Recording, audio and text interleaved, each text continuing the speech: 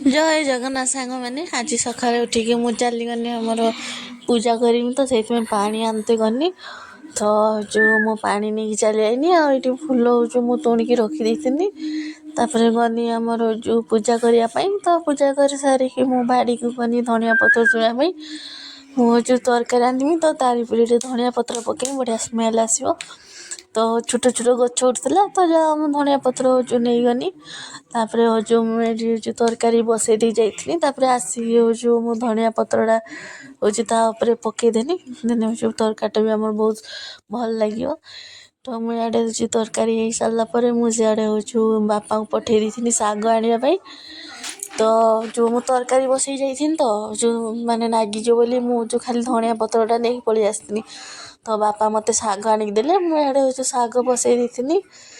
ଆଉ ଯେଉଁ ଶାଗ ମୁଁ ଯେଉଁ ମଝିରୁ କାଟି ନେଇଥିଲି ସେଇଠି ଲମ୍ବା ଲମ୍ବା ପକେଇଥିଲି ତାପରେ ମୁଁ ଇଆଡ଼େ ଯେଉଁ ରସୁଣ ଆଉ ଲଙ୍କା କଞ୍ଚା ଲଙ୍କା ଦେଇକି ଯେଉଁ ମୁଁ ଟିକେ ଛେଞ୍ଚି ନେଲି ମାନେ ଦର ଛେଞ୍ଚିଲା କରିଦେଲି ଦେନେ ଯେଉଁ ଭଲ ଟେଷ୍ଟ ଆସିବ ତ ମୁଁ ଇଆଡ଼େ ଛେଞ୍ଚି ନେଇକି ତାପରେ ଶାଗ ହେଉଛି ମୋର ସିଆଡ଼େ ହେଇଥିଲା ତ ଶାଗ ଗୋଟେ ପ୍ଲେଟ୍କୁ କାଢ଼ି ନେଇଥିଲି ତାପରେ ହେଉଛି ତେଲ ଟିକେ ଦେଇକି ଆମ ରସୁଣ ଆଗା ହେଉଛି ଭଲକିନା ହେଉଛି ଭାଜି ନେଲି ତାପରେ ହେଉଛି ଶାଗ ମୁଁ କେତେ ଆମର କଢ଼େଇ ଦେଇଥିଲି ଶାଗ ମାନେ ଜୋର ହେଇକି ଟିକେ ମାତ୍ର ହେଇଯାଇକି ତ ଯାହା ହଉ